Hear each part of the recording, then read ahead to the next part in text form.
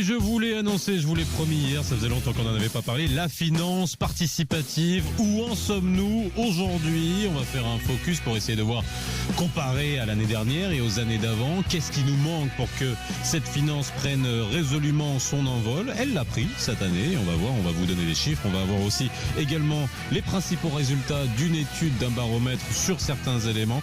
Il est 10h11, on parle de finance participative, voici vos experts. Les experts atlantiques. Bonjour, ravi de vous retrouver aujourd'hui dans Les Experts. Nous sommes en direct et nous sommes le jeudi 28 mars et nous allons parler aujourd'hui de cette fameuse finance participative. Je dis fameuse parce que il y a quand même dans Les Experts, on en a parlé des dizaines de fois. On a fait passer quasiment toutes les filiales, hein, les fenêtres, les filiales. Si. Il y a peut-être qu'il en manque une, j'en sais rien. Voilà. Bon bref, peu importe. Mais en tout cas, voilà, on pourra pas dire qu'on n'a pas traité le sujet en long et en large, essayer de vous expliquer, de vulgariser et puis essayer de comprendre ce qui manquait à cette finance pour que elle soit suffisamment structurée pour que l'appétence soit là. À qui s'adresse-t-elle?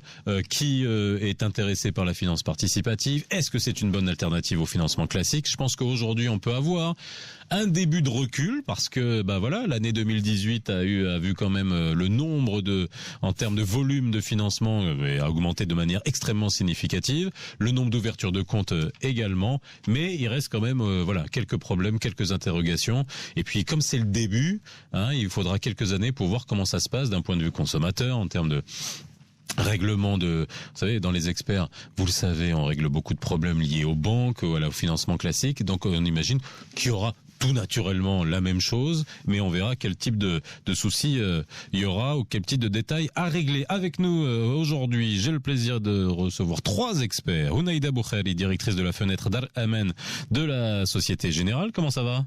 Ça va très bien, alhamdoulilah. Tout va bien? Alhamdoulilah. Bon, elle est toujours souriante, elle est toujours morte de rire, donc c'est ça qui est génial. Voilà, regardez. On a Saïd Amardir de l'AMFP, l'Association marocaine de la finance participative. Ça va, si Saïd? Parfait, merci beaucoup. Tout va bien? Pour l'instant, oui, mais on continue notre route. Je sais. Écosystème. Et Mohamed Bellamine, consultant en stratégie marketing, et qui est là, qui est déjà venu sur ce plateau et qui va nous donner les principaux indicateurs d'un baromètre, d'une dernière vague d'études sur le sujet. Quant à vous pouvez nous appeler 05 22 95 36 70 ou 80 ou la page Facebook des experts pour nous poser toutes vos questions sur la finance participative. Vous avez déjà hier, on a parlé d'assurance avec une SAR et on a eu des questions sur la finance participative sur le Takafoul. Vous inquiétez pas, c'est un gros morceau. On va y arriver, bien évidemment. Mais avant qu'on arrive à parler des détails, de l'opérationnel et du Takafoul, parce que ça, c'est extrêmement important, est-ce qu'on peut prendre des principaux indicateurs en termes de chiffres et là, c'est vraiment parlant, par rapport aux années précédentes. Entre 2017 et 2018, là, on a vraiment vu que il y avait un vrai démarrage, celui qu'on attendait au niveau de la finance participative, Saïd. Effectivement, depuis pratiquement 1 an et demi, donc les résultats sont très intéressants. Donc je veux parler en quelque sorte quelques chiffres clés. Donc en termes de financement, c'est pratiquement plus de 5 milliards de dirhams.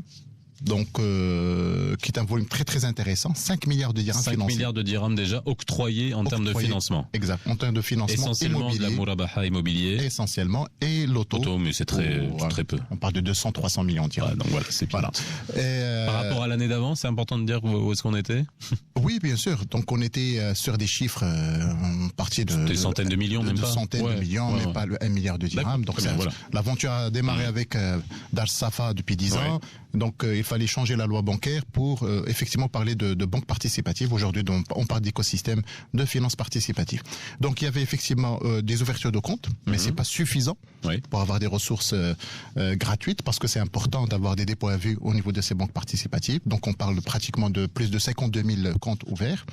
Et bien sûr, en termes de dépôts, on dépasse les 1,6 milliard. 1,6 milliard en termes de dépôts dans les comptes courants des banques participative.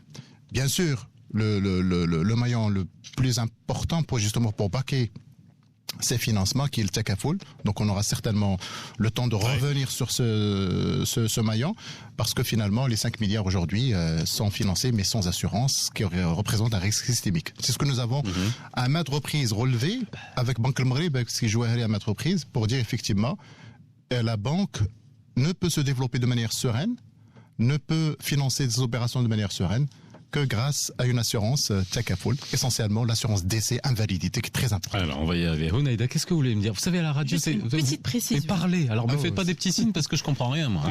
Je vais préciser les chiffres. Allez-y, donnez des précisions. Alors justement, pour mesurer l'évolution des chiffres des banques participatives, je vais comparer janvier à février. Oui. Donc nous avons janvier quoi, 2017 19. Ah, janvier 2019. Voilà, ouais, d'accord, ok, ça marche. Un avancement qui est important. Donc Banque El Maghreb, elle avait annoncé un nombre d'agences de 102 agences à fin janvier. Ouais. À fin février, déjà nous sommes à 109, c'est-à-dire que les banques participatives, ils ont un niveau de développement du réseau très soutenu. Nous avons ouvert en un mois 7 agences bancaires participatives. Ça, c'est important à souligner. Pour les encours, à l'époque du digital, on ouvre encore des agences. Ça coûte cher d'ouvrir les agences. Pourquoi on ouvre des agences? Pour un démarrage, c'est nécessaire. Mais c'est vrai que le digital, il doit compléter le dispositif. Alors, l'encours des financements à fin janvier, il était à 4 milliards 800 millions et à fin février, nous sommes à 5 milliards 200 millions. Exactement. C'est vrai que la partie auto, elle mesure déjà 400 millions de dirhams et la partie immobilière, elle est prépondérante avec 4 milliards 800. Ok. Voilà. Bon, parfait. Voilà. Donc voilà, là on a les chiffres, on voit comment ça évolue. Et ça, c'est essentiellement de la moulabaha. On va bien sûr revenir surtout, pas sur tous les produits, mais sur les points qui sont aussi extrêmement importants dans un espèce de momentum où les assises de la fiscalité arrivent, où la PME et la TPE est au centre des discussions. Mais j'ai pas entendu parler de la finance participative dans tous les débats sur la PME et la TPE. Mais ça, on y arrivera. Sibel Lamine. Alors, il y a une étude qui a été menée et c'est vrai que c'est intéressant si vous pouvez nous livrer les quelques principaux indicateurs. On va pas aller rentrer dans le détail dans l'étude, mais les principaux indicateurs et sur quoi a été menée l'étude. Bien sûr. Alors bonjour Faisal, bonjour chers auditeurs. J'aimerais juste vous remercier de m'avoir invité à cette table ronde. J'aimerais juste commencer par un petit peu contextualiser la conduite de cette étude. Après 2 ans d'existence des banques, 2 ans d'existence sur le marché marocain, les banques participatives doivent relever plusieurs défis. Entre autres, l'achèvement de l'écosystème de la finance participative. L'assurance Takaful, dite Takaful, est l'un des piliers de l'écosystème. Pour que cet écosystème soit verrouillé et complet. Et je parle sous contrôle de Madame Boukhari et Monsieur Amrdir, c'est que les responsables travaillent dessus pour que l'assurance Takaful voit le jour dans les plus brefs délais. C'est dans ce contexte-là et en concertation avec l'AMFP et surtout Monsieur Amrdir, nous avons conclu, en fait le cabinet Kantar et l'AMFP ont conclu qu'il serait judicieux de mener une étude qui porte sur l'attrait de l'assurance Takaful aux yeux des Marocains. Alors cette étude s'est articulée autour de trois grands axes. Le premier, on a un petit peu ressorti les principaux indicateurs sur tout ce qui est bancarisation et souscription à l'assurance et aussi le volet crédit. Donc mais ça en général. Bien sûr. Ouais, alors ça, c'est le premier axe. Ouais. On parle de 43% de taux de bancarisation par individu et on parle de 25% de taux de souscription. 43% de taux de bancarisation. Effectivement, par individu. Et comment ça par individu? En fait, il y a un autre indicateur qui est le taux de bancarisation communiqué par le Banque El Maghreb. Oui, ça c'est le nombre de comptes ouverts sur la population. Exactement. Et c'est pas représentatif. Voilà, là on parle de voilà. Et les 25% c'est taux de souscription au moins un seul type de produit d'assurance.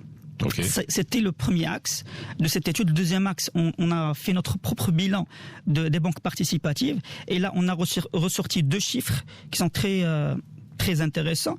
Tout d'abord, combien de personnes, la proportion des Marocains qui ont vu une publicité d'une banque participative durant les 12 derniers mois, et là on parle de 12%, et ça provient principalement de la télé à hauteur de 6% et l'Internet à hauteur de 3%. Et le deuxième chiffre qui est aussi intéressant, combien de Marocains qui sont entrés en contact avec une banque participative. Ouais. Et là, on parle d'un chiffre de 2% de la population marocaine. Ça, c'est un chiffre très révélateur aussi de la performance des banques participatives. Le troisième chapitre, là, c'est le vif du sujet, c'est l'assurance Takaful. On a rédigé en partenariat avec l'AMFP un concept qui est précis et concis et qui présente Takaful avec tout son dispositif. Et là, on a posé la question par rapport à l'attrait de ce concept aux yeux des Marocains. Et là, on part de 24%. C'est le un quart qui considère certainement souscrire à l'assurance Takaful. Bien sûr, abstraction faite de la composante tarifaire, parce que c'est très important. Là, on ne parle pas de l'offre produit, on parle du concept.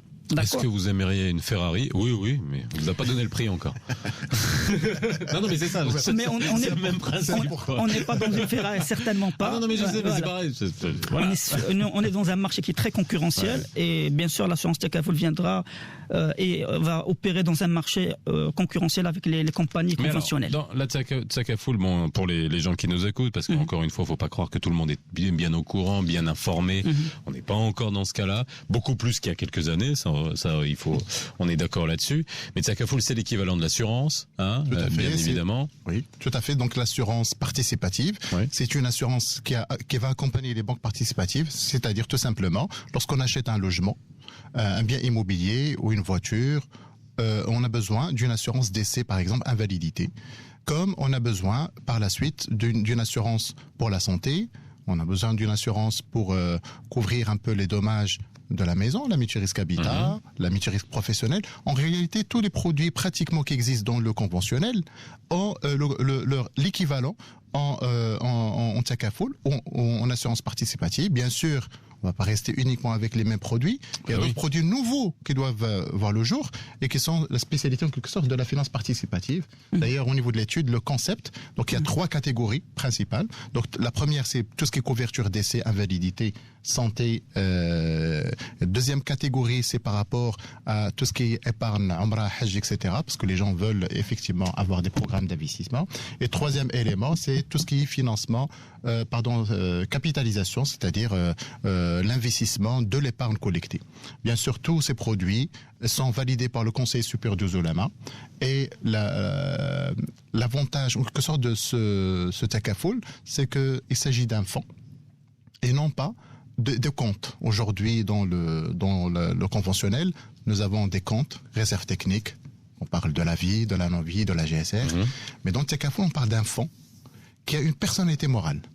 Et en réalité, les assurés deviennent des copropriétaires. C'est-à-dire, c'est des gens qui détiennent ce fonds. Oui, c'est le principe d'une mutuelle. Voilà. Exactement. Et l'excédent technique, c'est-à-dire ce qui reste après, bien sûr, le paiement des sinistres, les provisions, etc., doit être redistribué. Mais ce qui est le cas aussi dans une mutuelle classique. Voilà.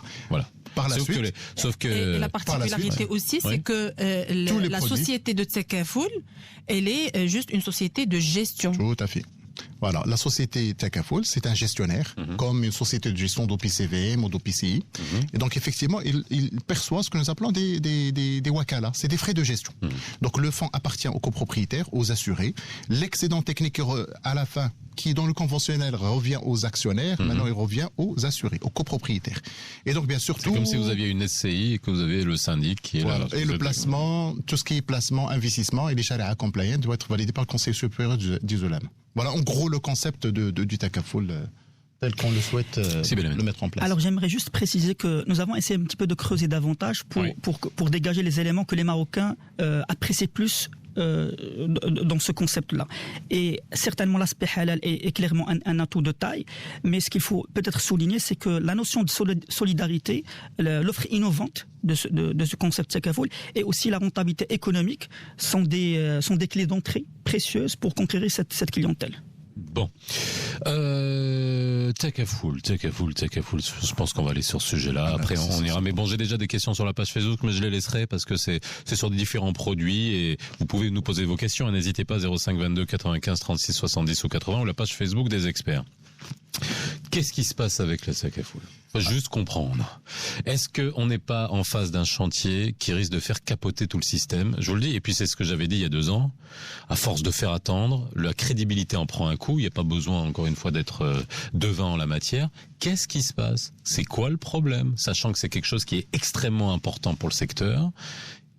C'est quoi? C'est une histoire de lutte de marché, de lutte concurrentielle? Je pense pas, parce que bon, c'est pas quelque chose qui va faire peur aux compagnies d'assurance. Les compagnies d'assurance aussi sont sur le coup. Juste, qu'est-ce qui se passe? Alors, ce qui s'est passé, c'est qu'il y avait une loi qui a été votée en 2016, et cette loi n'a pas été en quelque sorte validée par le Conseil supérieur des éléments. Donc, ce qui fait que revenons en 2018, oui. Au moment de la validation de cette loi, il y avait effectivement des choses à corriger, notamment la séparation dont je vous ai parlé, entre le fonds Takaful, qui a une personnalité morale, un registre de commerce, un identifiant fiscal, vraiment séparé, c'est une cookie, et le gestionnaire. Ce qui fait que ce changement, pour l'opérer, il fallait refaire la loi. Donc, refaire la loi vient d'être votée au niveau de la première chambre, il reste encore la deuxième chambre. Entre-temps, il fallait revenir sur la circulaire du Takaful, il fallait revenir sur les produits, les contrats types de produits, revenir sur l'arrêté. En fait, il fallait refaire toute la réglementation derrière, parce qu'il y a des avis du CSO qui vont dans ce sens. Si vous permettez, je voulais juste parler un petit peu en arabe, rapidement, parce que parfois, le message passe mieux. Le Takaful, واحد النظام مبني على التعاون والتضامن اللي كيعوض المشتركين على الاضرار اللي يمكن تصيبهم. من خلال الاشتراك في هذا النظام يمكن لك تستافد من 3 ديال الاشياء. اولا غادي تولي واحد من المالكين للصندوق وتستافد من التغطيه لا قدر الله على الوفاه، العجز، الصحه والسكن. ثانيا يمكن توفر فلوسك. سي البرانسيب دو لاسيورونس تماما. ثاني يمكن لك توفر فلوسك ليك ولعائلتك باش تأدي فريضه ديال الحج ملي تطلع في القرعه او مناسك العمره، او توجد تقاعد مريح او تقري وليداتك. ثالثا يمكن تستثمر في مشاريع باش تنمي فلوسك. كل عقود كتحترم مبادئ الشريعه الاسلاميه ومصادق عليها من طرف المجلس العلمي الاعلى. شركه التامين التكافلي غادي تسير الصندوق، سي لوبيراتور، دونك غادي تسير الصندوق، سي لا جيستيون، وانت واحد منهم ودوني ان كوبروبريتير وتخلص على خدمتها، واللي باقي كيتحط في الصندوق ديالكم كاملين. C'est-à-dire que l'excédent technique et financier revient aux participants. Voilà en gros le concept Takaful en arabe, parce que c'est important d'en parler. Et c'est le principe de l'assurance et de la mutuelle. Maintenant, mon problème à moi, c'est pas ça. Alors le retard réglementaire. Ouais. Le retard réglementaire. Quand est-ce que ça vient? Parce que après, on va le dire. Moi, ça me pose un gros problème d'éthique en ce moment sur certaines banques participatives. Et pour moi, l'éthique étant au-delà, et c'est pour ça que je pense qu'on a appelé ça finance participative et pas finance islamique, c'est que, bon, il y a des gens qui y vont par conviction, mais il y a des gens aussi qui y vont par éthique. Exact. De la finance participative. Si on commence de manière tordue, et là vraiment je pousse un coup de gueule, et j'avais déjà poussé il y a 2 ans, il y a 1 an, où des gens nous appellent et ils nous disent des pratiques qu'il y a, pour moi, c'est même pas la peine de venir me parler d'éthique si on part déjà de manière tordue, qu'on ne soit pas clair avec les consommateurs. J'en ai, je veux vous dire, même pas plus tard qu'hier encore, une auditrice qui nous appelait, qui nous a dit, moi je suis allé par conviction, etc. Et on me dit rien. On me laisse dans le flou total sur cette histoire de Takaful. Donc avant qu'on parle de ce que ça pose comme problème, ok, ça peut passer par la loi, mais ça n'explique pas tout seul ce retard sur un secteur qui a été considéré comme stratégique, qui a été mis en place avec du sang et des larmes, comme on dit, sueur et des larmes, et que on laisse on a l'impression que c'est un détail alors que ça ne l'est pas, quoi. C'est fondateur. Exact. Là, on n'a pas cessé d'en parler à maintes reprises. Au niveau du Radio Atlantique, au niveau du workshop qu'on a organisé à la Bourse de Casablanca. L'Ouali de Banque Lemri, je le félicite, on en a parlé. Donc pour que la banque participative se développe de manière sereine, nous avons besoin de 2 piliers. Les sukuk, c'est les missions récentes de l'État. Et le deuxième élément, c'était l'assurance. Et effectivement, et on a à un certain moment certains clients qui signent maintenant des engagements séparés pour souscrire une assurance Takaful dès qu'elle existe sur le marché. Mais entre-temps, dès 6 mois sont devenus 1 an, puis 1 an et demi. Bon, maintenant, on frôle les 2 ans. Et le risque des décès commence à... Alors, on va passer sur ce point-là. Il y avait un cas de décès d'ailleurs. Oui, mais ce point-là... Il fallait gérer ça de manière... Ce point-là, d'un point de vue juridique, il faut qu'on comprenne ce que ça... et que les gens qui nous écoutent comprennent bien l'implication. Parce que si on vous a pas expliqué, c'est très grave. Moi, je le dis. Posez vos questions. 0522 95 36 80. Les experts atlantiques. Faisal Tadlaoui. Spéciale finance participative aujourd'hui avec Ounaïda Boukhari, directrice de la fenêtre Dar Aman de la Société Générale, Saïda Merdir de la MFP, l'association marocaine de la finance participative, et c'est Mohamed Bellamine qui est consultant en stratégie marketing. Vous nous appelez 05 22 95 36 70 ou 80 ou la page Facebook des experts si vous avez des questions sur la finance participative. Appelez-nous si vous êtes client, parce que on a, c'est vrai qu'avant vous nous appeliez parce que vous aviez envie de devenir client. Là aujourd'hui on a vu avec les chiffres qu'il y a beaucoup de clients, beaucoup plus de clients. Donc vous avez peut-être des expériences, et notamment sur l'expérience avec le Takafoul quand vous allez prendre un financement. Et c'est intéressant de voir. C'est intéressant de voir aussi en termes de prix, parce que c'était une vraie composante sur le financement avant. Est-ce que la finance participative coûte plus cher qu'un financement classique? Ça, je pense qu'aujourd'hui on peut avoir un vrai recul et savoir comment c'est perçu. Mais avant, je vais vous poser quelques questions que j'ai sur la page Facebook. J'ai Rafer qui nous dit qu'il veut contracter un crédit. Pas un crédit, un financement. C'est pas un crédit. Un crédit, il y a des intérêts. Je veux contracter un financement auprès d'une banque participative pour modifier mon logement principal, rajouter un étage. Mais on me dit que ce type de financement, il me dit crédit, mais ce financement n'est pas encore disponible dans le cadre de la finance participative. J'aimerais savoir pourquoi, et si c'est juste une question de temps, quand est-ce que ce produit sera disponible. Alors voilà, on est dans le concret.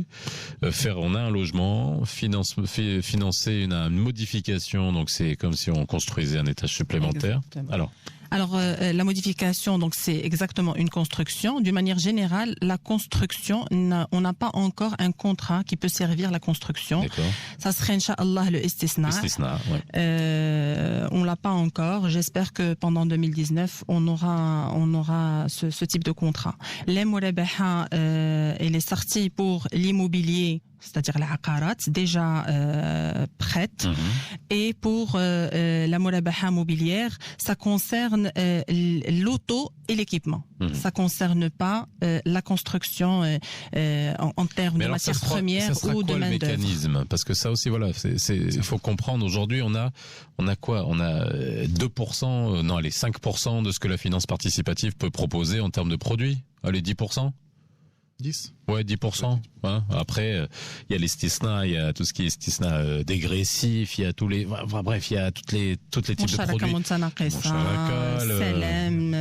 Voilà, l'entreprise, etc. Oui. Bref, mais ça arrivera. Mais là, juste expliquer le mécanisme. Qu'est-ce que ça sera de l'estisna sur modification d'un bien qui est déjà existant. Donc il y a déjà une propriété. Peut-être qu'il y a une hypothèque dessus. Et est-ce que ça, c'est possible de greffer la finance participative? Alors l'estisna, c'est quoi? C'est comme c'est le terme istisna, c'est quelque chose qui est en cours de production. Oui. Donc la banque, elle finance la construction. Donc elle prend par exemple l'entreprise, elle finance l'entreprise et vend au client le travail final. Oui. Donc c'est complètement. Donc là c'est pas un bien, c'est sur le travail en lui-même. Voilà, c'est un actif qui est en cours de fabrication. Oui. Voilà. C'est ça. Donc la banque, elle paye l'entreprise, celui qui va faire la construction, et à la fin, ce travail, il va être vendu au client. Ce produit n'existe pas aujourd'hui, mais lorsque vous dites tout à l'heure, la murabaha c'est 10%, 5%, il faut mesurer la prépondérance de chaque contrat. Au niveau mondial, la murabaha... C'est ce qui me gêne. Voilà, la murabaha, elle couvre, moi je dirais 80% des besoins d'un consommateur lambda. Les 20%, ils sont répartis par tous les contrats participatifs. Et c'est bien ce qui me gêne. Voilà, mais non, mais je vous expliquerai pourquoi, vous savez très bien. Parce que justement, la murabaha, effectivement, ça représente les 80% dans certains pays, mais effectivement, il fallait réfléchir également, parce qu'on a le murabaha équipement, et notamment les PME, PMI, parce que même les TPE, c'est des entreprises qui ont besoin d'équipement. C'est des entreprises qui ont besoin d'équipement. Donc, ce qui fait que la murabaha équipement peut être orientée vers ces entreprises, malheureusement, qui ont besoin de financement, qui n'ont pas de garantie suffisante. D'ailleurs, on en va parler parce que la PME rencontre beaucoup de problèmes en termes de financement. Et l'idée, enfin, on s'y intéresse depuis quelques années. Exact. Voilà. Exact. Et c'est pour ça que je dis qu'encore une fois, j'ai l'impression qu'on rate le coche sur beaucoup de choses, parce que le terme de finance participative, C'est aussi pour moi l'essence même de la finance participative, c'est le musharaka, c'est-à-dire le partage des risques, et c'est ce qui permet de faire. Mais aujourd'hui, on voit bien qu'au niveau mondial, c'est la murabaha qui tient le haut du pavé, et que cette musharaka, finalement, elle est pas énorme. Je comprends qu'on puisse devoir faire de la murabaha pour pouvoir financer de la musharaka, mais oui, mais certainement, effectivement, c'est la version peut-être 2 des banques participatives, nous appelons, c'est les banques d'affaires. En fait, il faut vraiment structurer un peu les PME marocaines et les TPE, etc., pour que la banque rentre dans le capital, parce qu'elle a besoin de transparence, elle a besoin de co-gérer en quelque sorte le projet. Et c'est vrai, c'est pas évident. Pas en revenant en arrière sur la grogne des gens de Droit Omal qu'on y arrivera à le faire. 10h44. Excusez-moi, je suis en train de râler sur beaucoup de choses, mais tout ça est imbriqué, parce qu'on participe à l'économie marocaine. C'est un écosystème. La transparence, un écosystème. On a Ahmed au téléphone, bonjour. Bonjour à tous les intervenants. Bonjour. Et on vous remercie, c'est Faisal, vraiment de choisir des qualités d'intervention et d'intervenants excellents. Ah non, mais eux ils sont passés, ils ont vu de la lumière, ils sont rentrés. Je les ai pas qualifiés. C'est gentil, c'est Ahmed. C'est gentil. Merci. J'ai une question par rapport aux personnes et profils bancarisés au Maroc. Oui. Nous savons tous qu'il y a moins 40% des personnes qui sont bancarisées. Est-ce qu'avec les banques, je dirais la banque participative, qui est différente de la banque classique conventionnelle, on va pouvoir inciter et appeler aux gens non bancarisés à se bancariser? Ça veut dire, autrement dit, quels sont les profils des personnes qui feront appel à cette banque participative au lieu de la banque conventionnelle? Voilà, c'est ça ma question.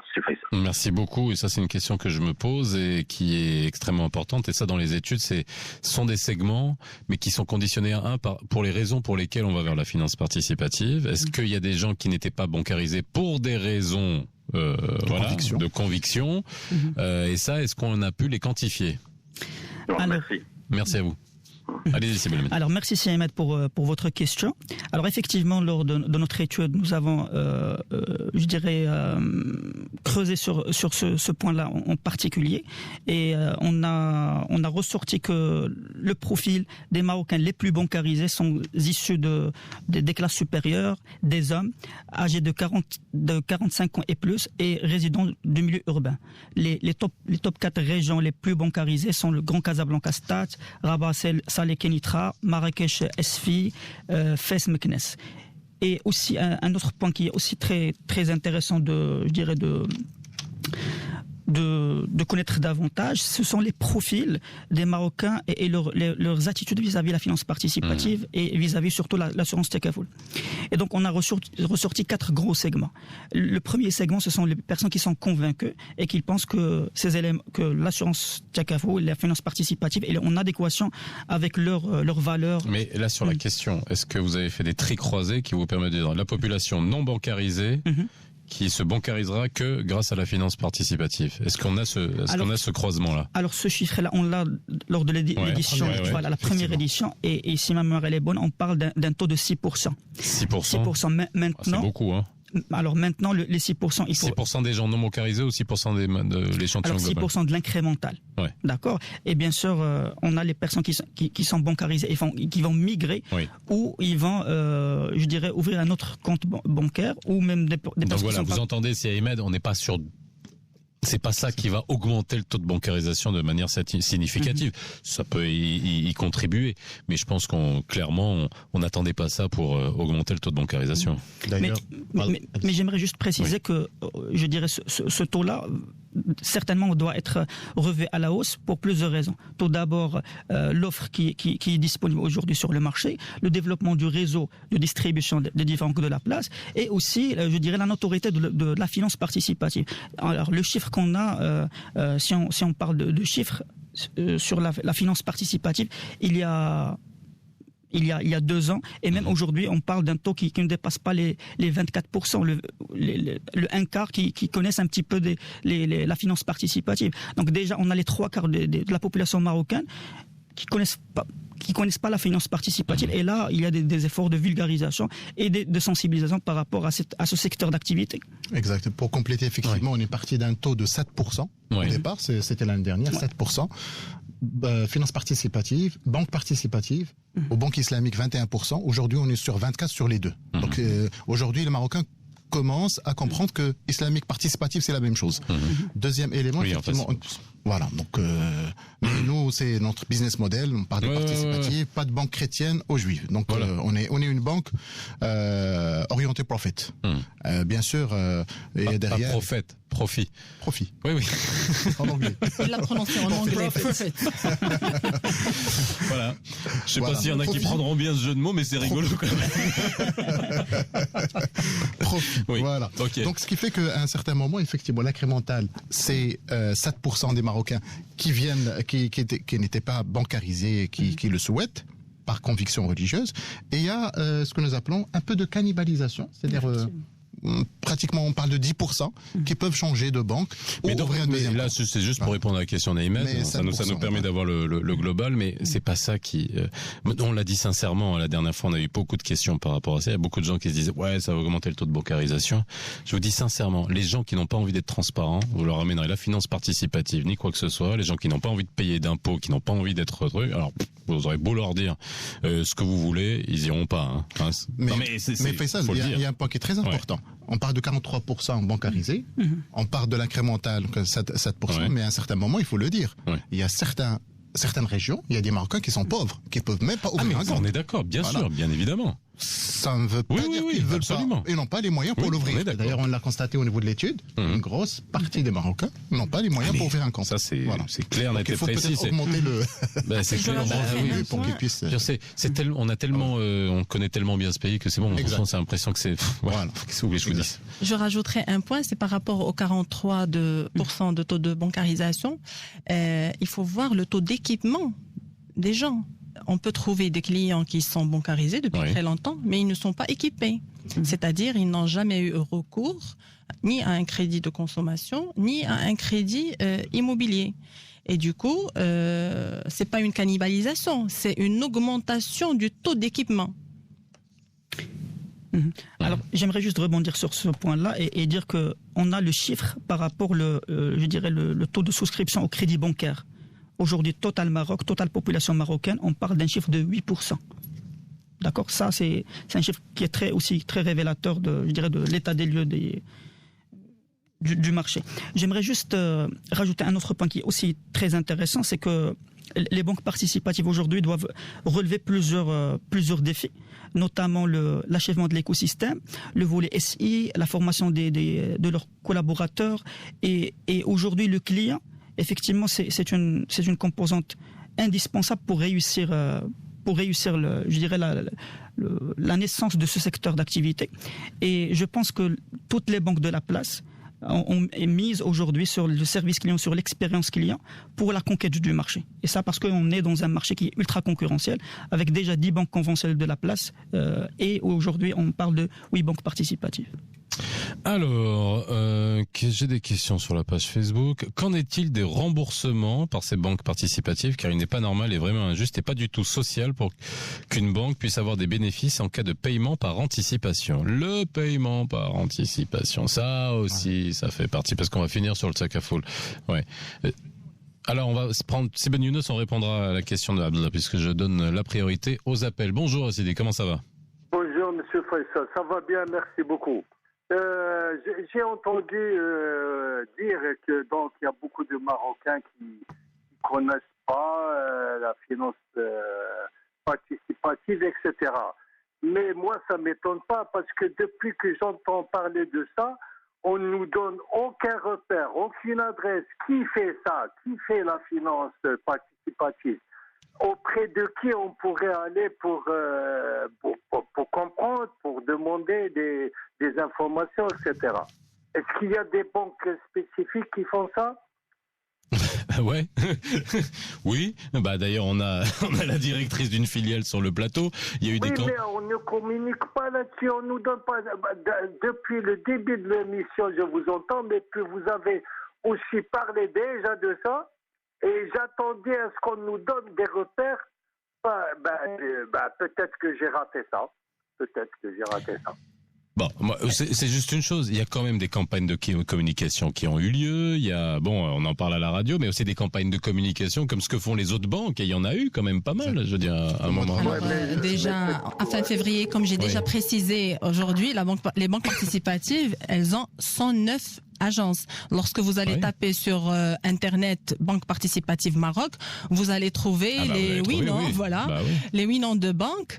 Et si vous rentrez dans le site Internet institutionnel ou les réseaux sociaux de chaque banque, vous allez trouver toutes les adresses de toutes les agences. Ouais, effectivement, toutes les banques, d'ailleurs, ont passé par ce studio. Donc, parce qu'il fallait le recevoir une à une. Oui, mais après, en mainstream, on a fait des workshops partout. Donc, c'était, ne serait-ce que la semaine dernière, on a parlé également sur un indice au niveau de la bourse de Casablanca, mais il fallait revenir un peu pour parler de la banque participative, de la finance participative. Franchement, sur Facebook, sur Instagram, sur les autres réseaux sociaux, tout le monde communique de manière régulière. Même au Ramadan, c'était même vraiment avant le Ftor, il y avait des communications de certaines banques. Certainement, vous avez peut-être raté ça, mais encore une fois, il y a 8 banques participatives au Royaume, 5 filiales de banques marocaines, 3 fenêtres participatives appartenant à des banques internationales et qui ont aujourd'hui plus de 110 agences. Et donc, vous pouvez bien sûr... Et 5 milliards de financement. Et 5 milliards de financement. Donc, ok. Mais ça va venir. Peut-être votre région. Je ne sais pas de quelle région. Vous habitez où? Je suis à Rabat, mais peut-être c'est parce qu'il y a un facteur objectif. Je suis un malvoyant, je n'utilise pas l'Internet. D'accord, je comprends. Oui, vous êtes foutu, non, mais attendez. Au contraire. Mais par contre, oui, on en parle beaucoup à la radio. Enfin, beaucoup à la radio, on en parle beaucoup dans les experts, ça, oui. Maintenant, sur les autres radios, je sais pas. Quand je suis à la radio, j'ai pas le temps d'écouter les autres radios. J'écoute les radios, mais je sais pas. Donc, faut pas me dire, c'est vous. Donc voilà. Mais oui, mais alors moi, ça pose un autre sujet sur votre qui peut poser exactement par rapport à votre état, votre condition, comment. Non, mais c'est vrai, c'est extrêmement important et on ne pense pas à vous. Voilà, et moi je le dis. On ne pense pas, on passe pas aux gens. On a fait beaucoup d'émissions sur cette question-là, sur les personnes en situation de handicap, que vous savez, malvoyants ou non-voyants ou etc. Et c'est vrai, c'est une vraie question. Merci en tout cas, mais ça nous a permis de. Allez-y. J'ai une petite précision. Par exemple, pour les malvoyants, Dar al-Aman, elle a pensé à un produit justement pour faciliter la tâche aux malvoyants. Vous allez trouver par exemple nos cartes monétiques. Nous avons inséré une encoche. Manuel pour guider le malvoyant à avoir le bon sens d'introduction de la carte. Donc c'est pas assez, mais on pense quand même aux malvoyants, aux handicapés. Tous les accès aux portes d'agence Dar al-Aman, ils sont dotés par une entrée dédiée. Alors, 10h56 dans les experts. Est-ce qu'on répond à Abdallah sur le remboursement anticipé d'un... je vous vois souffler. Parce qu'il y a de ça Cafoul et il y a ça. Je commence par rappeler la différence entre un crédit classique et un contrat Murabaha. Contrat Murabaha, c'est pas un contrat de crédit, mais c'est un contrat de vente par lequel la banque, elle vend à son client un bien en sa propriété, soit par donneur d'ordre ou pas, avec le coût d'acquisition banque majoré ou augmenté d'une marge bénéficiaire convenue d'avance qui donne le prix de vente.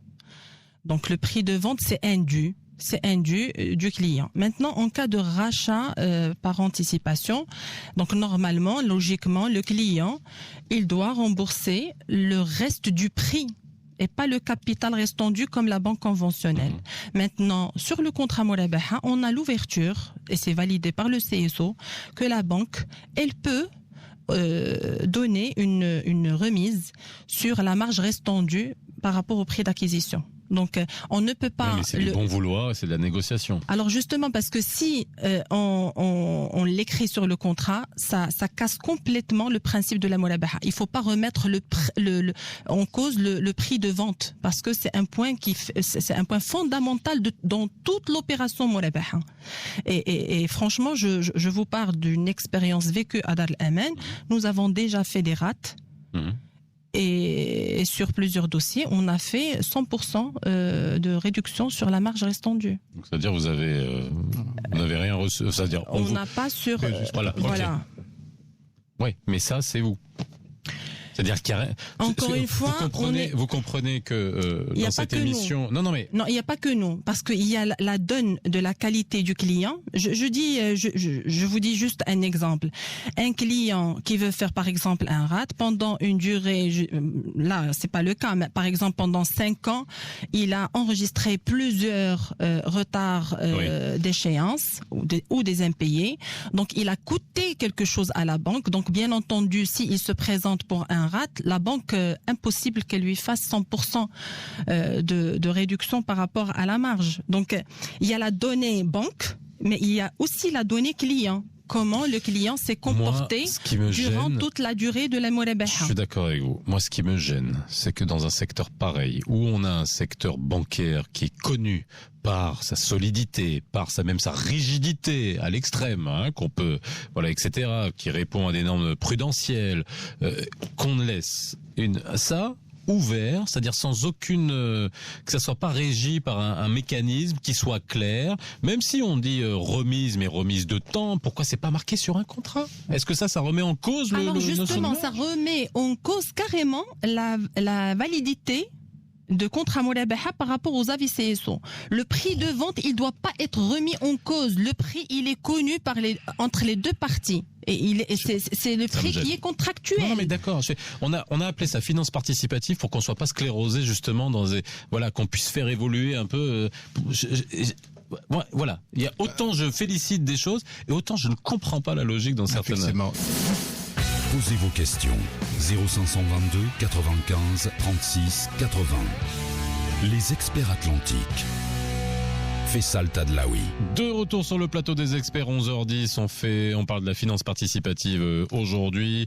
Avec moi sur le plateau, Hunaïda Boukhari, directrice de la fenêtre Dar Aman de la Société Générale, Saïda Mardir de la MFP, l'association marocaine de la finance participative, et Si Mohamed Bellamine, consultant en stratégie marketing. Vous continuez à nous appeler 05 22 95 36 70 ou 80 ou à réagir sur la page Facebook des experts. Je t'ai coupé Saïd tout à l'heure, c'était en réaction justement au remboursement par anticipation et le fait que ça soit pas régi par pas une loi, mais au moins qui soit aussi en accord avec la loi sur la protection du consommateur. Et là, elle est en porte-à-faux avec ça. Faut le dire aussi en tant que tel. La loi de protection du consommateur n'a pas été adaptée aux produits de finance participative parce qu'elle est censée finalement, si aujourd'hui on est légaliste comme ce qu'on est dans les experts et qu'on est bête et méchant sur la loi, ce que vous faites, c'est pas bon.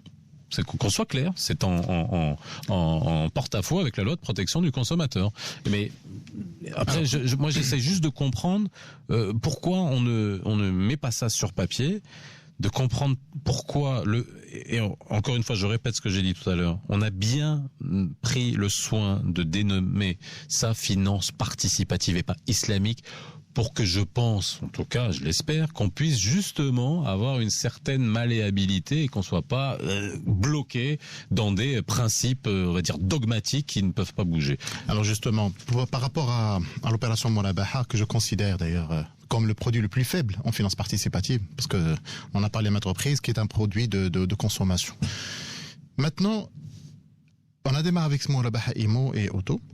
Effectivement, dès le départ, peut-être le plus important d'expliquer au client, c'est que si il anticipe de rembourser dans 5 ans, dans 6 ans, pas la peine de prendre un financement sur 20 ans. Si j'anticipe que j'aurai, par exemple, une entrée d'argent intéressante... Mais on ne sait jamais, on ne peut pas anticiper une entrée d'argent à 5 ans. Deuxième élément. Il y a très peu de gens qui peuvent le faire. Exact. C'est une tranche réduite. Et deuxième élément, c'est que on explique à cette personne qu'en cas de retard de paiement, il n'y a pas de majoration. C'est-à-dire que la banque aujourd'hui, participative, son compteur d'agio, il est bloqué. Il n'y a plus de surplus en cas de retard de paiement. Ce qui fait qu'à un certain moment, le client peut ne pas payer le premier mois, deuxième mois, il y a certains banquiers tolèrent jusqu'à 6 mois, sans majoration. Donc ce qui fait qu'à un certain moment, cette marge commerciale qui a été calculée en amont, sur une longue durée, il faut juste expliquer au client c'est quoi cette marge commerciale en réalité. C'est-à-dire que vous achetez un bien immobilier aujourd'hui, vous allez payer pendant 20 ans, 25 ans. Maintenant, si on ne fait pas cette opération, la banque peut faire autre chose, des placements sur des marchés des capitaux, etc., sur des sukuk, et il aura une rentabilité comparable. Et pour voir le proxy, ça veut dire tout simplement, dans son business model, ou de son business plan, c'est que cette marge, elle a été calculée sur longue durée. Donc, le client, au départ, a accepté. Effectivement, la Mourabah aujourd'hui, c'est une transaction commerciale, c'est pas une opération de prêt ou emprunt. C'est que la banque va acheter ce produit et va le revendre moyennant cette marge qui est définie, loquée dès le départ, aucune majoration, même s'il y a un retard de paiement. C'est très très important. Donc il n'y a pas de compteur, il n'y a pas de majoration, même s'il y a un retard de paiement, c'est important. Je rajoute juste un point parce que la marge, lorsque je dis que le prix de vente, il est fixé dès le départ, il est contractuel et il est accepté par les deux parties, là c'est dans les deux sens. En cas de rate, la banque, elle est bénéficiaire. En cas de rate, c'est remboursement anticipé. Oui, non, c'est pour les gens. Excusez-moi. Sinon, les gens, ils vont croire, si on parle de la rate. Rate, c'est rachat par anticipation totale. Mais dans le cas de rééchelonnement, un client qui est en difficulté et demande à la banque de rééchelonner son remboursement, au lieu, par exemple, de 15 ans, il demande 20 ans, la banque n'a pas le droit d'augmenter le prix.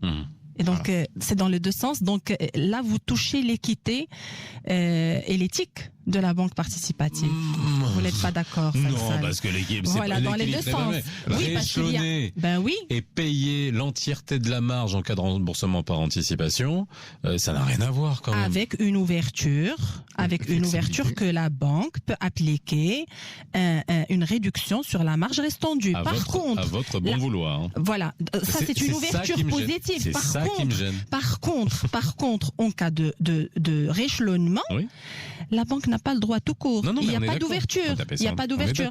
Preuve que le prix de vente, c'est un prix fixé dès le départ. Effectivement. En fait, il faut juste une culture financière au départ, c'est que pour les clients, il faut vraiment expliquer le produit et ses avantages et ses inconvénients. C'est un produit qui répond à certaines convictions de certains clients qui sont intéressés par ce mode de financement. Maintenant, effectivement, pour la marge, la banque garde cette flexibilité qui n'est pas contractuelle de réduire ou pas sa marge. Donc, ça veut dire tout simplement, c'est un produit comme les autres, mais avec une spécificité particulière. On a Abdelrahim au téléphone. Bonjour. Bonjour. Bonjour, monsieur Faisal. Bonjour aussi à vos invités. Alhamdulillah, barakallahu fik. Moi, je suis un retraité depuis 6 ans du secteur bancaire. Oui. Et je voudrais réagir à cette notion de taux de bancarisation évoquée tout à l'heure par vos invités et dire que le taux a été un peu boosté par l'avènement des postes sur le marché.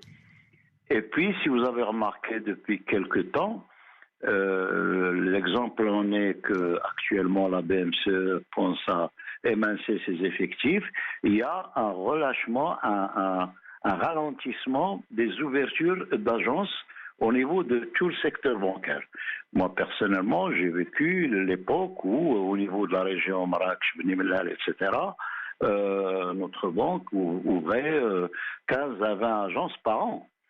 Et au niveau national, c'était du 300, 250 agences, idem pour les autres banques, ce qui constitue quand même une aubaine pour le recrutement et aussi pour faire travailler tous les corps de métier pour construire une agence, etc. Là, cette course était due au fait qu'ils ont vu que les ressources additionnelles provenaient essentiellement des nouvelles ouvertures de points de vente. Et là, ils ont décidé que le taux de bancarisation, ça y est, comme vous disiez tout à l'heure, le pouvoir d'achat étant restreint et tout. Mais moi, j'en appelle à, si vous appelez ça la finance participative, moi j'aimerais rêver un petit peu, bien qu'un banquier, il cauchemarde plutôt qu'il rêve, mais là je suis retraité. Et j'aimerais bien qu'on parle aussi de la finance citoyenne, parce que ouvrir une agence, il ne faut pas penser qu'au profit. Il y a aussi un rôle au niveau économique et social. Imaginez une agence sur des hauteurs et que les gens puissent faire quelques pas pour retirer un peu d'argent au lieu de prendre les transports en commun, venir dans une grande agglomération, vu l'état des routes, et ça coûterait socialement, ça coûterait plus cher aux citoyens. Voilà. J'ai une question pour vous inviter au niveau de la finance participative concernant la date de valeur. Je sais que c'est une aberration. Aujourd'hui, en 2019, c'est un anachronisme monumental, on est tous d'accord. Oui, vu l'immatérialisation qu'il y a eu, normalement, la date de valeur n'a plus raison d'être. Et je pose la question pour ces banques-là, de la finance participative, est-ce qu'ils pratiquent la date de valeur? Et merci, M. Faisal. Merci à vous, merci beaucoup. Alors, je vous laisse réagir. Alors, je commence par la deuxième question. La date de valeur pour les banques participatives n'a plus de place. Donc, c'est toujours la date de l'opération qui est comptabilisée sur le compte du client. Donc, ça, c'est, n'est-ce pas, Faisal? C'est un point positif pour la finance participative. Oui, mais je suis pas dites-le, s'il vous plaît. Non, mais bon. Donc, est-ce que quand même vous comprenez que moi j'ai une attente vis-à-vis de la finance participative par rapport à son éthique, moi par conviction, par rapport à l'éthique qui est mise en avant, et qui, moi, et ce que je regrette, c'est que on passe par-dessus des valeurs d'éthique alors qu'on est censé être en plein dedans et qu'on doit y faire extrêmement attention. Ça, c'est la première des choses.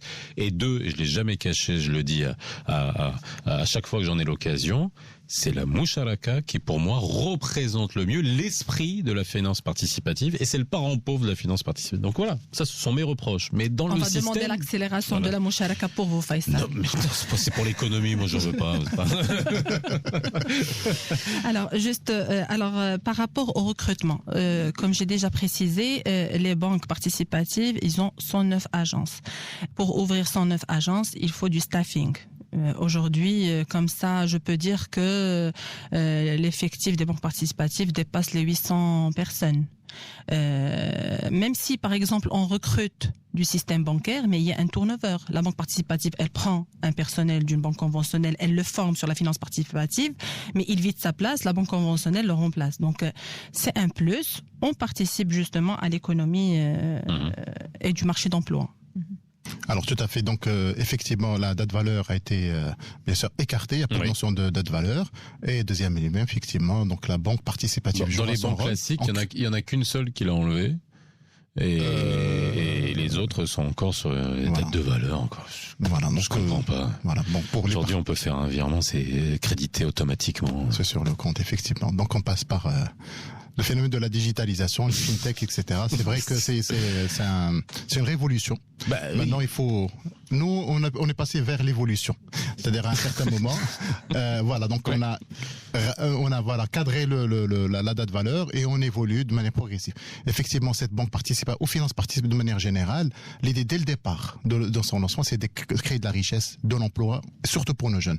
C'est une chose qui a été réalisée. Et là, je rejoins Madame Honeida. Effectivement, lorsqu'on staffe de la banque conventionnelle, automatiquement, parce qu'on a besoin de ressources un peu qualifiées, connaissent un peu le domaine bancaire, les lois, les règles, qui ont une certaine aisance dans le contact avec le client, mais automatiquement la banque conventionnelle recrute pour backer un peu le poste qui a été vidé suite au recrutement du personnel. On a Si Mohamed au téléphone. Bonjour. Bonjour. Comment ça va? Ça va, alhamdoulilah. Et vous? Bah ça va.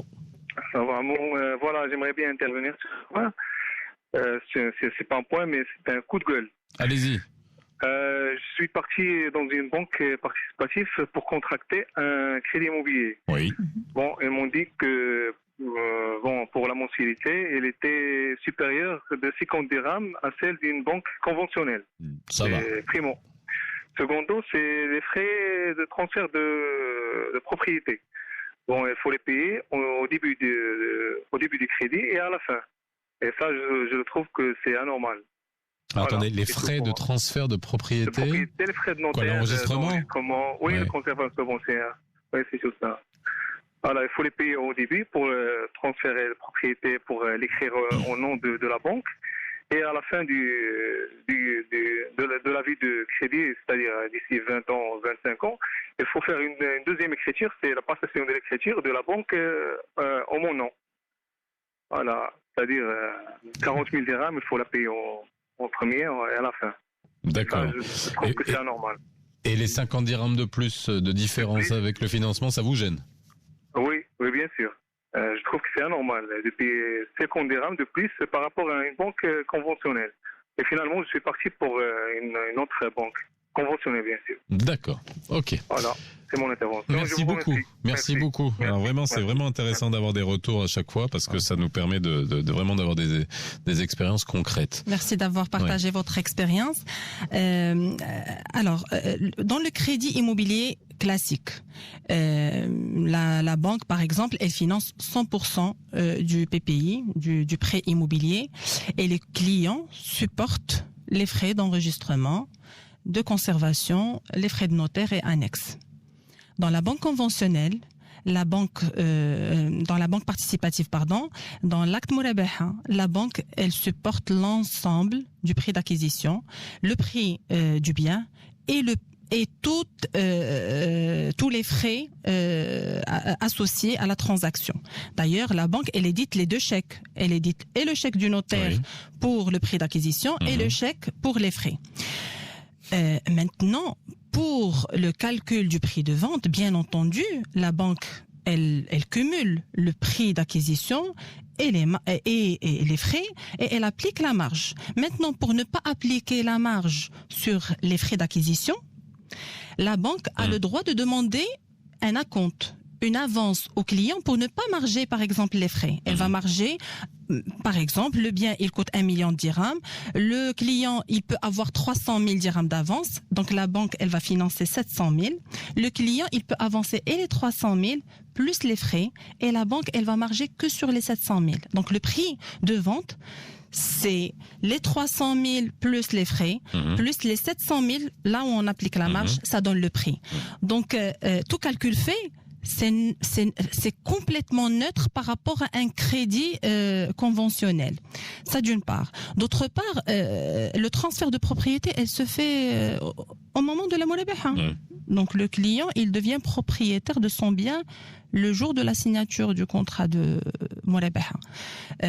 Donc je ne comprends pas pourquoi il va repayer. Ça, je mets ça au crédit de la finance participative, la sécurisation, en tout cas de la propriété, ce qui n'est pas le cas et on le traite très souvent dans cette émission. Alors la deuxième transaction de transfert au moment de la Mourabaha, le client, il supporte directement 1200 dirhams de frais de transfert de propriété. Donc là, franchement, je salue tout l'écosystème parce qu'il y avait la DGI qui nous a épaulés et là, assurer la neutralité fiscale parfaite. Oui, parce qu'avant, il faut le savoir, il y avait double enregistrement. Voilà. C'est-à-dire que c'était comme si c'était une vente à la banque et après que la banque vous le vend. Donc imaginez, c'était comme si considérait la banque comme un particulier comme un autre. C'était ça en fait, en gros. Exactement. Voilà. Et ça, c'était bien avant dans les produits alternatifs. Ah oui, mais c'était. Alors deuxième élément, effectivement, l'écart de 50 dirhams. Franchement, pour 50 dirhams, si on est convaincu de l'opération. Voilà. Non mais et là je reviens vers Sibyl Lamine qui a fait l'étude. C'est là où il faut connaître avec finesse les segments qui sont intéressés par la finance participative. Parce que si payer 50 dirhams de plus sur une traite, ça fait quoi? Ça fait 600 dirhams sur l'année. L'argent c'est l'argent. Hein. Je dis pas que pour différentes personnes 50 dirhams c'est beaucoup, mais si on va s'orienter vers une finance participative, là, je pense que monsieur, ça a été une question tout court, parce qu'après, il a eu aucun problème, il allait vers une banque conventionnelle. Donc, il fait partie de ces Marocains lui, c'est le prix, et il y en a beaucoup. Vous en faites partie, on vous le reproche pas, vous faites partie de ces Marocains, qui cherchent le meilleur coût, quoi, tout simplement. Tout à fait. Alors, j'aimerais juste peut-être revenir sur le point de participative islamique. Ça, l'objectif, c'est d'éviter la polarisation de la société marocaine. Ça, c'est un point. Ça c'est franchement, on peut en discuter aussi. C'est mal barré. Hein. Vu les communications de certaines banques, il y en a qui n'ont pas joué le jeu. Hein. D'accord. Alors juste pour revenir sur la question du client et le profil du client, les résultats qu'on a ressortis. On fait la distinction entre trois grands segments. Le un quart qui sont plus des personnes qui sont, qui croient en la finance participative et qui pensent qu'il est en adéquation avec leurs valeurs. Les 2/3 du marché sont plus des personnes qui acceptent le concept de la finance participative, mais l'intérêt économique il est très important. et on a une minorité qui sont plus des réfractaires envers la finance. Et ça fait partie des règles du jeu. Donc aujourd'hui, effectivement, le gros du marché, c'est les 2/3. Ce sont des personnes qui acceptent le ticket d'entrée. C'est les valeurs, c'est l'éthique, c'est les principes. Mais à côté, il y a certainement, la notion et la composante tarifaire et l'enjeu économique. 11h28, bientôt 29 dans les experts. On parle de finances participatives et on répondra à la question. On reviendra sur Tsakafoul, bien évidemment, parce que Karim nous dit, on dirait que tout a été fait, pour que les banques participatives ne rencontrent aucun succès lorsqu'on constate le retard pris pour l'assurance décès, invalidité, notamment Tsakafoul. Ça, c'est une vraie question qu'il faut se poser. Posez vos questions. 0522 95 36 80. Les experts atlantiques. Faisal Tadlaoui. 11h37 dans les experts, dernière partie, nous sommes ensemble jusqu'à midi, on parle de finances participatives, n'hésitez pas à réagir au téléphone 05 22 95 36 70 ou 80 ou sur la page Facebook des experts. Aujourd'hui, mes experts sont Hunaïda Boukhari, directrice de la fenêtre Dar Aman de la Société Générale, Saïda Merdir de la MFP, l'association marocaine de la finance participative, et Mohamed Bellamin, consultant en stratégie marketing. On a Leïla au téléphone, bonjour. Oui, bonjour, c'est Tadlaoui. Comment ça va? Ça va bien? Très bien, je vous remercie. Merci pour l'émission. Je vous ai appelé hier par rapport à Tsakafoul. Voilà, exactement, c'était vous. Voilà, c'était bien moi. Et donc, je voudrais réagir comme je suis dans le bain actuellement. Donc, on est en train d'acquérir un bien immobilier par Mourabaha. Je voudrais réagir, si vous permettez, sur quelques points. Alors, d'abord, s'il vous plaît, ne passez pas sous silence le point que vous avez évoqué tout à l'heure, c'est-à-dire l'engagement je le passe pas sous du Tsakafoul. C'est-à-dire que je l'ai comme ça. L'engagement du Tsakafoul, il m'engage à quoi légalement? C'est-à-dire qu'aujourd'hui, je signe un engagement sur un produit dont je ne connais aucune caractéristique.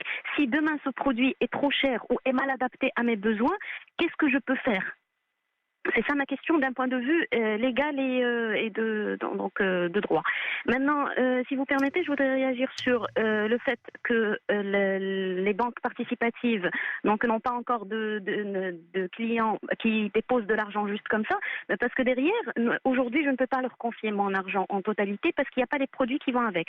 C'est-à-dire que je n'ai pas de carte internationale, par exemple, je n'ai pas d'application mobile, je n'ai pas de produits d'épargne retraite. Je sais qu'il y a des avantages fiscaux derrière, mais je n'ai pas de moyen qui est conforme à mes convictions pour que je puisse placer mon argent dans une épargne retraite. Et donc, en attendant, je paye plus d'impôts que je ne devrais. Et ça, d'une part. D'autre part, par rapport à l'auditeur qui m'a précédé, je crois qu'il parlait de Ijara, c'est-à-dire qu'il parlait d'un transfert de propriété en fin de contrat. Comme c'était juste, il est passé juste pour une information commerciale, je crois qu'on l'a informé aussi par rapport à Ijara. Et je voudrais réagir surtout sur ce qu'a dit Madame concernant les frais. Effectivement, les frais de conservation foncière et d'enregistrement, ils ne sont pas en double, mais les honoraires du notaire, ils sont en double.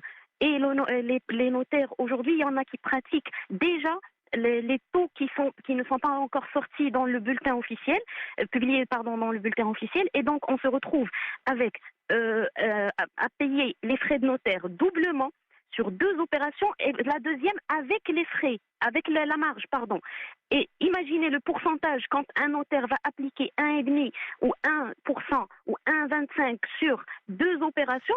Là, on a une différence, une augmentation entre un crédit conventionnel. Aujourd'hui, moi, je suis dans le cas, je suis de l'ordre de 30 000 dirhams de différence rien qu'en frais de notaire. Oui. J'ai fait jouer la concurrence, j'ai négocié, je suis passée par 5 notaires, j'ai obtenu une réduction comme la loi n'a pas encore été officiellement publiée. Mais demain, si cette loi elle sort, on va payer doublement les frais de notaire. Et c'est une décision unilatérale de l'ordre des notaires et qui a été motivée par le fait que les impôts derrière leur font subir des révisions. Et derrière, qui est-ce qui paye? C'est le client. Madame a dit que la banque payait, mais la banque elle répercute directement ce qu'elle paye. Les frais, c'est tout à fait transparent. Et il y a des banques qui les répercutent avec marge. Ils les étalent et ils calculent la marge dessus. Donc, c'est ça les points sur lesquels je voulais réagir. Mais s'il vous plaît, dites-nous juste, l'engagement de Tsakafoul, il nous engage à quoi? Bien. Merci beaucoup, Leïla. Merci Leïla pour les questions. Alors je commence par la première question qui est l'engagement de souscrire Takaful. Donc c'est un document que le client il signe au moment de contracter le Murabaha. C'est un engagement, mais ça n'oblige personne à prendre le Takaful après si le client juge que c'est pas un produit qui répond à ses attentes en termes de prix, en termes de fonctionnalité, etc. Mais le client, il est roi, il peut faire le choix de ne pas souscrire Takaful. Moi, je parle d'une manière générale. Même dans la banque conventionnelle, le client, il a le droit de ne pas souscrire l'assurance en connaissance de cause. Donc voilà. Donc c'est un engagement qui n'engage à rien du tout. Par rapport à la première question. Par rapport à la deuxième question, par rapport aux offres que les banques participatives donnent à ses clients. Vous avez parlé que vous pouvez pas garder votre argent sur le compte de votre banque participative parce que elle ne donne ni carte à l'international ni application mobile. Franchement, je sais pas quelle banque, mais je parle de notre cas, Dar el-Aman. Toutes ces cartes, elles sont multiterritorialité, c'est-à-dire elles fonctionnent aussi sur le Maroc et à l'étranger. Donc vous pouvez avoir votre dotation touristique annuelle, votre dotation Hajj et Umrah. Même la dotation de achat par internet, dans toutes ces fonctionnalités, elles sont sur la même carte, même de base. Je vous parle même de l'entrée de gamme de Dar el-Aman. Vous allez trouver ces fonctionnalités. L'appli mobile aujourd'hui, Dar el-Aman dès le départ, elle a mis en ligne son application mobile et son application de banque par Internet. C'est une solution omnicanale, vraiment à la pointe de la technologie. C'est-à-dire, c'est la même solution du CBS, du Core Banking System, qui offre aussi l'application mobile et l'application Internet. Donc, franchement, un client dans une banque participative, il peut avoir toute la panoplie de produits qu'il peut trouver dans une banque conventionnelle. Alors, on va revenir sur ce point. Elle m'a dit ne le passez pas sous silence. Je ne le passe pas sous silence depuis hier. Et là, il faut qu'on soit clair là-dessus parce que pour moi, intellectuellement parlant, juridiquement parlant, je ne peux pas accepter ça. Cet engagement, et là, Leïla nous l'a dit, et c'est elle qui nous a appelé hier. Je vous remercie, Leïla, de nous avoir recontacté. Cet engagement qu'on vous a donné à signer, et sans qu'on vous explique quoi que ce soit, en vous disant, vous vous engagez à souscrire à une assurance Takaful quand ça sera disponible. Aujourd'hui, il faut savoir qu'il y a donc 5 milliards de dirhams de financement participatif qui ont été accordés et qui ne sont pas assurés. Ça, je suis désolé, si les régulateurs nous écoutent, nous qui nous targuons d'avoir un secteur bancaire solide et qui répond, et on le répète, balle 1, balle 2, balle 3, les règles prudentielles, et nous on est bien au-dessus de ça, je veux dire même dans le verrouillage, et on permet de faire ça, je ne peux pas, moi, l'intégrer intellectuellement. C'est-à-dire que 5 milliards de dirhams, et puis, vu la croissance et l'appétence, donc ça va grandir, mais il y a un moment donné, on pouvait se dire l'année dernière, d'un point de vue des banques, 200 millions, allez, ça va, s'il y a des rates, s'il y a des trucs, etc., c'est pas grave. Ça commence à devenir important, et on se demande comment ça fonctionne. Et là, je rebondis, c'est Karim qui nous dit, on dirait que tout a été fait pour que les banques participatives ne rencontrent aucun succès lorsqu'on constate le retard pris pour Takaful, qui est donc l'assurance, l'équivalent d'assurance décès invalidité, qui prend le relais si jamais il vous arrive quelque chose, voilà, que ça soit pas perdu, et que la banque aussi, les sont rendus, ça aussi ça menace la banque, c'est pas seulement le consommateur, c'est aussi la banque. Et là, et moi je vous dis sincèrement, je me demande quelle mouche a piqué Hassan Boubrik, président de la CAPS, quand il nous dit que aujourd'hui il y a des agréments, on pense à 2 établissements, et en fait il nous dit, je suis en train de lire, qu'il y a de la place seulement pour 2 ou 3 opérateurs sur Takaful, et il nous dit que il se base donc sur les 5 milliards de dirhams de financement, et qu'il estime que ça va générer 0,5 à 1% de primes sur le décès, soit globalement 200 millions de dirhams à 400 millions de... Mais il n'y a pas que ça, je veux dire. Et j'imagine, moi j'imagine juste la stupeur des établissements qui vont faire du Takaful en entendant ça.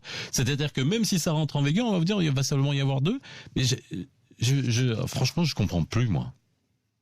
Alors, je suis en train de lire l'interview de Hassan Boubrik dans les colonnes de nos confrères de Finance News, et puis je vois ce qui a été mis, ce qui a été dit, quoi. Franchement, depuis 6 ans ou 5 ans, au niveau de l'association de la MFP, on parlait toujours d'un écosystème. Et on a utilisé l'arabe, le français pour dire c'est Mandoma. Ça veut dire tout simplement que la banque participative ne peut se développer de manière sereine, ne peut répondre aux attentes des clients de manière sereine, sans assurance décès. Takafoul. Et on l'a dit à maintes reprises. Louali, elle l'a dit à maintes reprises. Il y avait deux piliers. L'assurance et effectivement les soukouk. Maintenant, par rapport à l'assurance Takafoul, je crois qu'on est sur la dernière ligne droite avec la fédération, avec la CAPS, pour que les choses se développent ou se lancent vers la fin d'année, vers le 4e trimestre. Ah, mais seulement 2. Moi, quand je lis ça, je suis désolé. Je me dis, c'est quoi? Voilà. Donc peut-être le régulateur s'est basé uniquement sur le décès. Mourabaha. Mais encore une fois, Madame Leïla, je vous remercie beaucoup pour votre apport, parce que effectivement, il y a la retraite complémentaire. Et là, la retraite complémentaire, on peut la faire à travers Takafoul. Et Leïla, Leïla nous l'a dit, peut-être qu'elle n'a pas répété là, mais elle le fait par conviction. Par conviction, voilà. Effectivement. Donc elle fait partie du segment des clients qui vont vers la finance participative par conviction. Et vous vous rendez compte que là, qu'est-ce que je disais tout à l'heure par rapport à l'éthique? Ça écorche. Ça écorche quand on y va par conviction, on y va parce que justement on a l'impression qu'on y va en donnant encore plus de. Je dis pas que l'autre secteur bancaire, il faut pas lui faire confiance, mais il y a beaucoup de gens qui vont se dire là je suis en confiance. Mais là vous imaginez de quelle manière ça écorne la confiance pour des gens qui ont de la conviction? Effectivement. Alors maintenant Takafoul, je pense qu'on est sur la dernière ligne droite, 4e trimestre 2019. Il faut absolument qu'on démarre.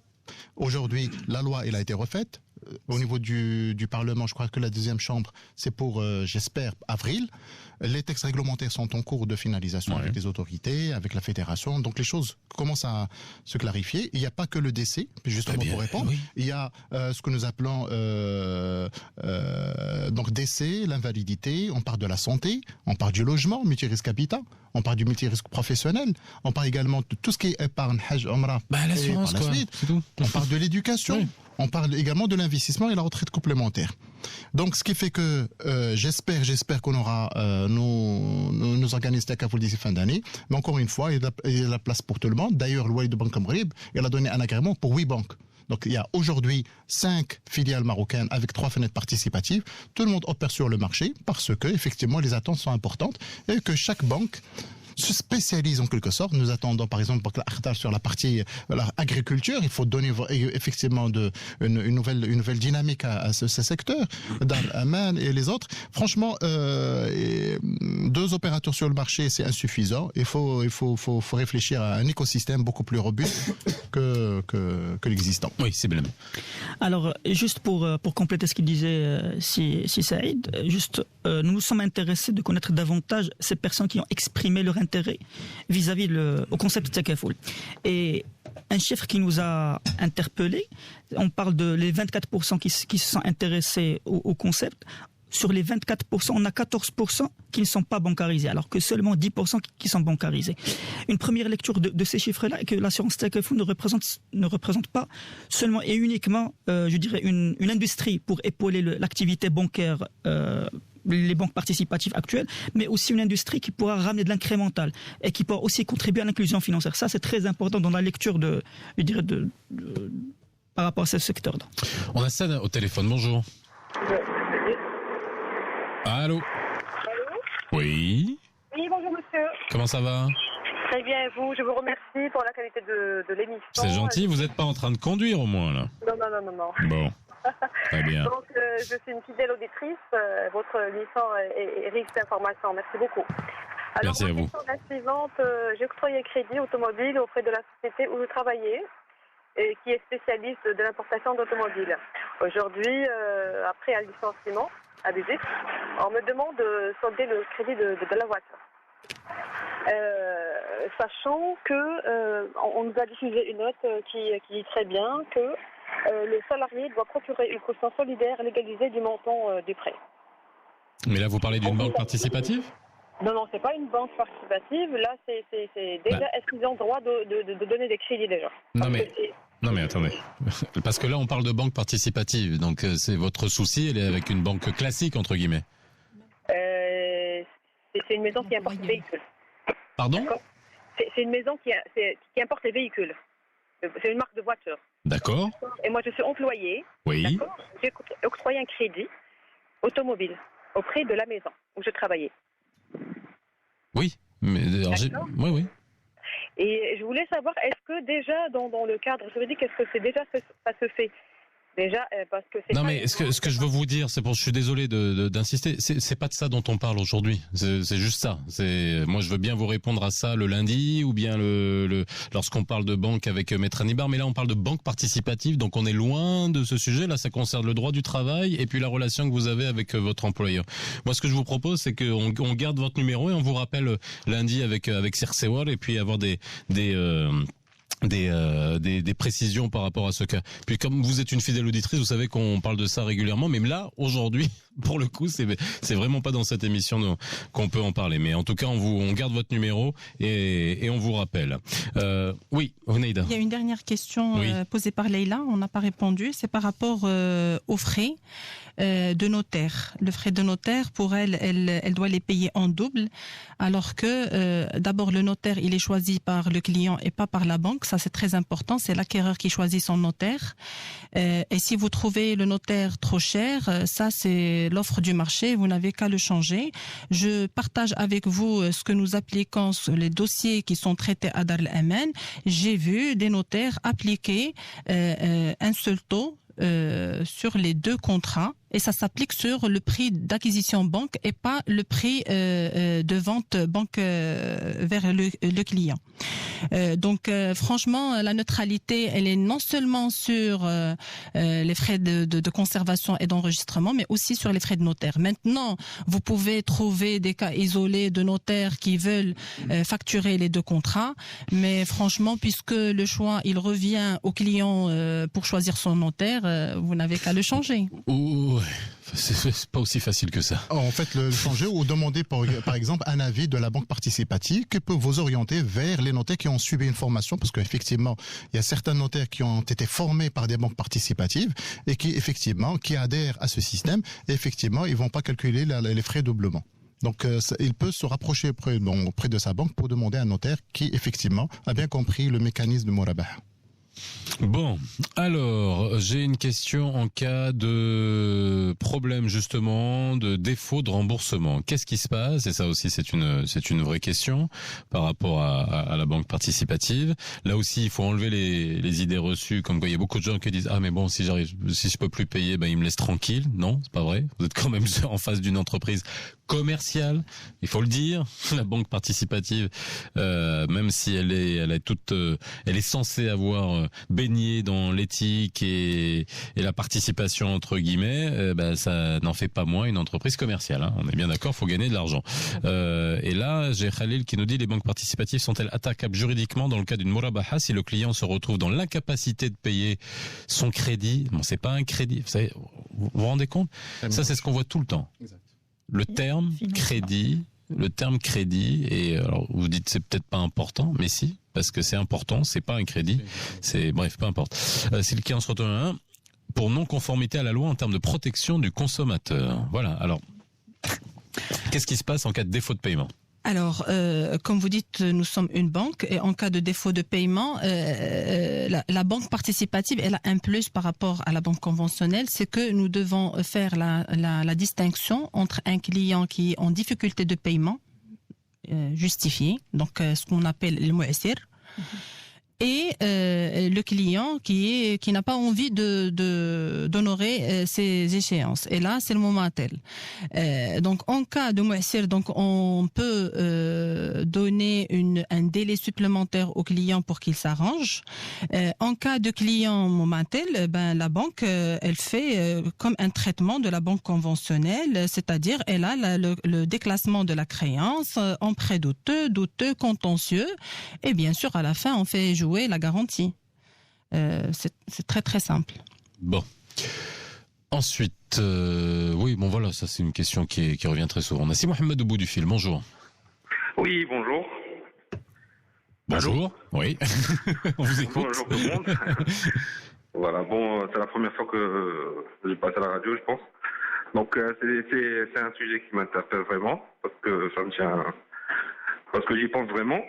pour acquérir un bien. Oui. Aujourd'hui, c'est vrai que je me suis renseigné un petit peu sur ce qui se passe sur le marché. Et il y a 3 questions qui me reviennent tout le temps. Donc la première, c'est la provenance des fonds. Donc aujourd'hui, par exemple, banque X qui est affiliée à une, pour ne pas citer les noms, affiliée à une banque participative, est-ce qu'on a toujours la même provenance des fonds? Oui. Ça, c'est la première question. La deuxième question, c'est par rapport à l'assurance. Aujourd'hui, lorsque je me suis renseigné, donc il est vrai que on parle pas d'assurance parce que c'est pas contractuel, ça se passe pas dans les banques islamiques ou les banques participatives. Mais on vous dit, écoutez, il n'y a pas d'assurance, mais il va y avoir un pourcentage. À la fin du contrat, on va verser l'argent qui est dû, la totalité de la somme. Donc, si tout se passe bien, que vous n'êtes pas mort et ainsi de suite, on le reverse dans une association. Oui. Donc, c'est là où j'ai posé la question, est-ce que je peux récupérer cet argent? Parce que moi-même, j'en ai besoin.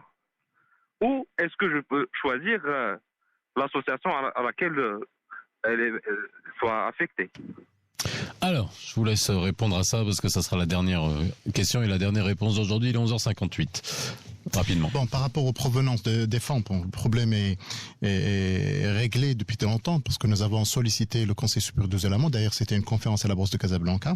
Et donc, la question de provenance, on part du principe qu'il y a un capital et qu'on démarre une activité. Le plus important, il faut regarder les placements effectués par la banque. Est-ce que les opérations qu'elle effectue sont Sharia compliant ou pas?